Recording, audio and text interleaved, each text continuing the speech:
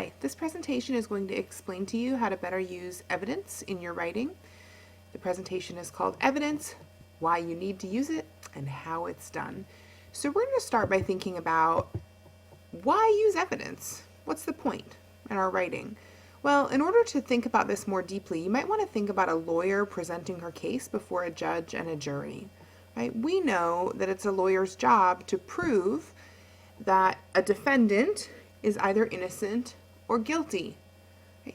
They prove that by using evidence. And in a criminal trial, that might include things like fingerprints, eyewitness accounts, video clips, right? All of those things that we're familiar with. Those are evidence. And lawyers use evidence, and then they connect that evidence to whether or not they believe the client is guilty or innocent. Right? Without evidence, all you end up with are a couple of lawyers in a courtroom, one of whom says, well, he's guilty, and the other one says, well, no, he's not. And the whole thing becomes fruitless because no one is attempting to prove that they're correct. A little more inspiration on this topic comes from one of my favorite authors, Sir Arthur Conan Doyle, and his character Sherlock Holmes. And in the story, A Study in Scarlet, Sherlock Holmes says, "It is a capital mistake to theorize before one has all the evidence. It biases the judgment." Right, let's break that down a little bit. It's a capital mistake, right? A giant, a huge mistake to theorize. That means to make a theory, to state an opinion before one has all the evidence, right? Before you have the evidence, it's a huge mistake to make a judgment, right? Or to share an opinion, right? Because then what you have is bias. If you just say he's guilty or he's innocent without looking at all the evidence, you're not making a fair assessment. So now we know that we need to use evidence, that it makes sense, that it gives us a more informed and educated opinion, but how do we do it? Listen. There are lots of websites out there, lots of different teachers who will tell you all different things about how to best use evidence in your writing. The model that I prefer is called the Toulmin model, and it's named for Stephen Toulmin, right? And what I like about it is that it's very clear cut. It has 3 easy steps. I'm going to run through them very quickly now, and then we'll look at them one by one. So the first step to the Toulmin model of using explicit textual evidence is claim, right? When you make a claim, you state your opinion or your interpretation. After that, you give the evidence. You tell where you found it in the text. Finally, you have the warrant, and the warrant is really the keystone to this formula. In the warrant, you're going to connect the evidence to your claim, sort of like telling the judge and jury how that fingerprint proves that the defendant is guilty or innocent, right? You're interpreting the evidence, saying something about it that helps that evidence most clearly support your claim. So we're going to start by looking at claim. And in order to write a good claim, your claim needs to be clear and it needs to be on topic, right? That means you need to read whatever prompt or writing assignment you've been given very carefully. If you don't do that, it can be easy to write a claim or an opinion statement that has nothing to do with the prompt, right? So let's look at this prompt together.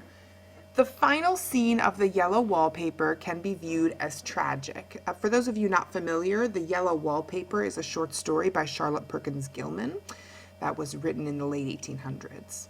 The final scene of The Yellow Wallpaper can be viewed as tragic. Discuss the rest cure treatment prescribed to the wife in The Yellow Wallpaper. Write a persuasive essay defending or opposing the treatment using a well-supported argument. To make your essay come alive, think about your word choices and use synonyms where appropriate. So what words from here tell you what kind of claim you need to make, right? What is the question really asking? Okay. Write a persuasive essay defending or opposing the treatment using a well-supported argument. Okay. Defend or oppose the treatment. Defend or oppose the treatment. So I need to take a stance, right? Your stance is like your perspective on an issue. I need to take a stance either for or against the treatment that is described in that story, using a well-supported argument. All right, guys, well-supported, what that means is that this teacher wants me to use evidence. I need to use evidence to tell whether that treatment was a good thing or a bad thing. So, an acceptable claim for this prompt might be the rest cure treatment used in Gilman's The Yellow Wallpaper was actually more harmful than it was beneficial. I'm going to give you a second to think about whether this claim is defending this kind of treatment or opposing it.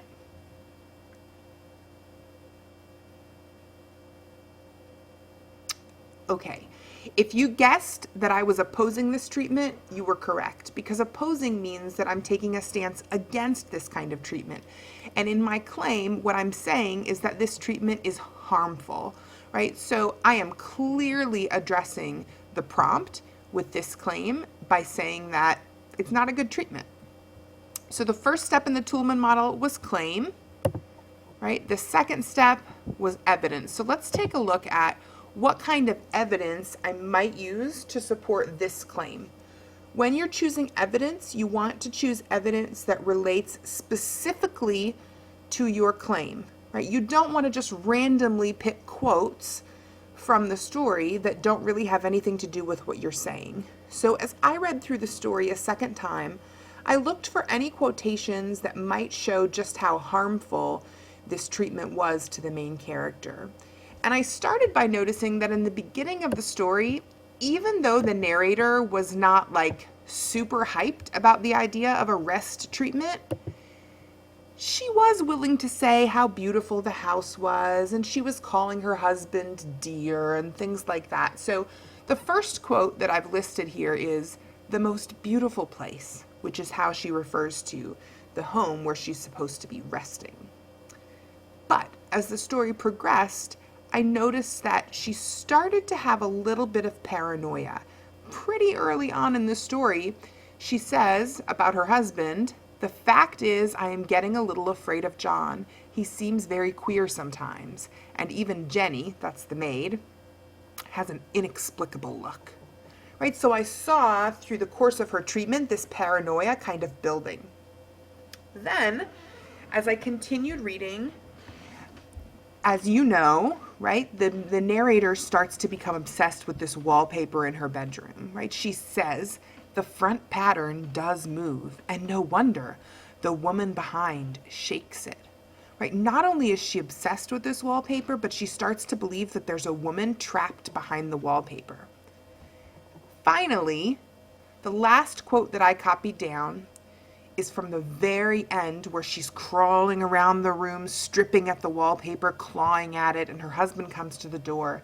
And at this point, the narrator believes that she is the woman who was trapped behind the wallpaper. And she says, "I've got out at last," said I, "in spite of you and Jane, and I've pulled off the most paper, so you can't put me back." Right? This very satisfying climax to the story. Which really is very, very sad because she has been really driven further into insanity by this treatment, which is one of the reasons I believe this treatment is much more harmful than it is beneficial. Remember, that's my claim. Okay, so the last part is the warrant, right? Because right now, all I have is a claim and then a list of evidence.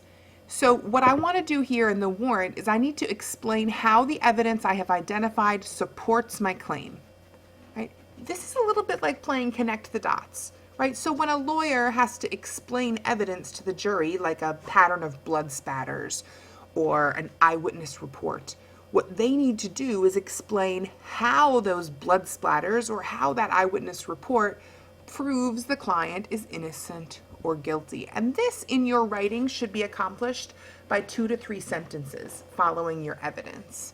Let me show you what I mean. I have a complete paragraph to show you. And I've color coded it. So you'll see my claim is in red, my evidence is in green, and because I used all that evidence I found, I have quite a bit. Sometimes you'll only have one quotation or two quotations, and sometimes it might just be a paraphrase and not a quotation.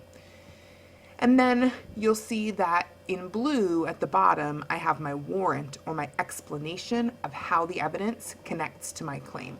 So here's a final product.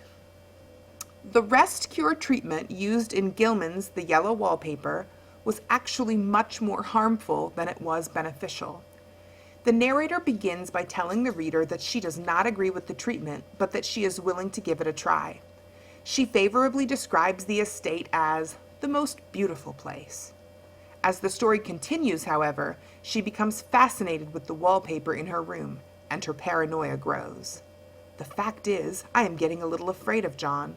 He seems very queer sometimes. All of this, of course, leads to the narrator believing that there is a woman trapped beneath the wallpaper that she must free.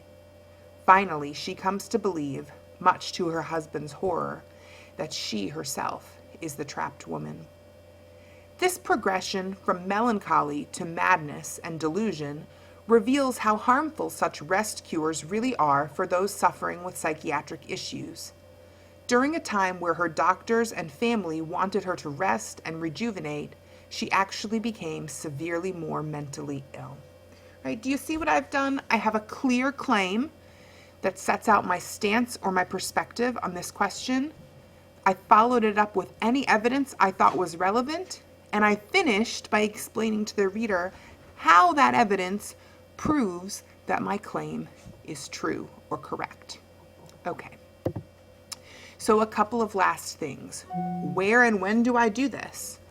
Well, definitely in body paragraphs of essays. If you're writing a 5-paragraph essay, each body paragraph of the essay should follow this structure: claim, evidence, warrant, right? So your essay would have 3 claims, and each claim would be the topic of a body paragraph. Also, short answer or response to prompt type questions like the one we just worked on together. And finally, everyday life, right? This is a structure in argumentation and in rhetoric that helps you in every situation, right? If you're trying to justify to your parents why you should be able to go to the mall, use this structure. I think I should be able to go to the mall. I'm 16 years old. A lot of my friends were able to go to the mall when they were 16 years old. Being 16 proves that I've been around long enough to have some head smarts and to make good decisions for myself, right? You want to use this structure in everyday life anytime that you need to convince or prove that something you believe is true. Thanks so much for listening, and good luck using evidence.